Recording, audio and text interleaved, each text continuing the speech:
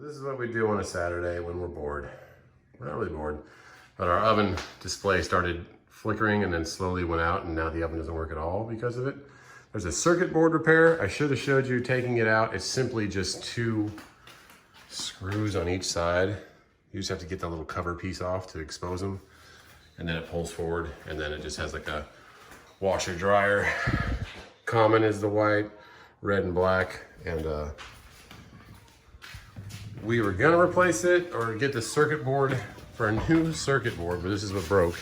$479 for, what was he in there? Yeah, he's in there. What are you doing in there, boy? Hi, Sting Sting.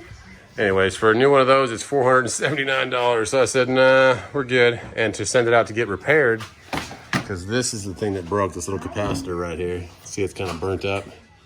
And after researching, that's pretty much what they fix.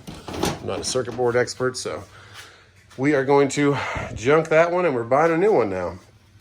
So we're heading out to get it, but I will show you guys installing that one. But that's what we're doing on Saturday. Getting these kids lined up. What you dudes doing? What you dudes doing? You guys gonna help me lift it in there? Yeah. All right. Well, that's it, guys. So we got the new oven back there. I don't know if you can see it. Kind of see it, but gonna go get some pizza and some Italian sub and throw it in the garage. And we dropped the kids off at Grandma and Grandpa's. Yeah. All right, coming to you soon. Later. Did a Chuck Liddell, a little tyke here, and I lost the footage on installing this thing, but she's in. Kind of like a full front thing, and to install, these little screws in the side are all you really need. I don't know if you can see that. Right there, there's 2 up there. Bam, bam. And 2 down there. And after you take out those 4 screws, the whole thing just pulls forward. This one was kind of a challenge.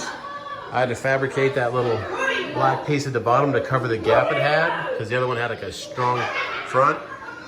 And it was about an inch showing up here, so I put some wood at the bottom, and we were having a tickle fight over here, so that's what you hear. But yeah, I didn't really give you a great tutorial, but that's what we did today. We put in a new wall oven, and our old one will be for sale, or just give it away because it needs a repair anyways. But God bless, hope you guys had a good Saturday, and tickle fights going on.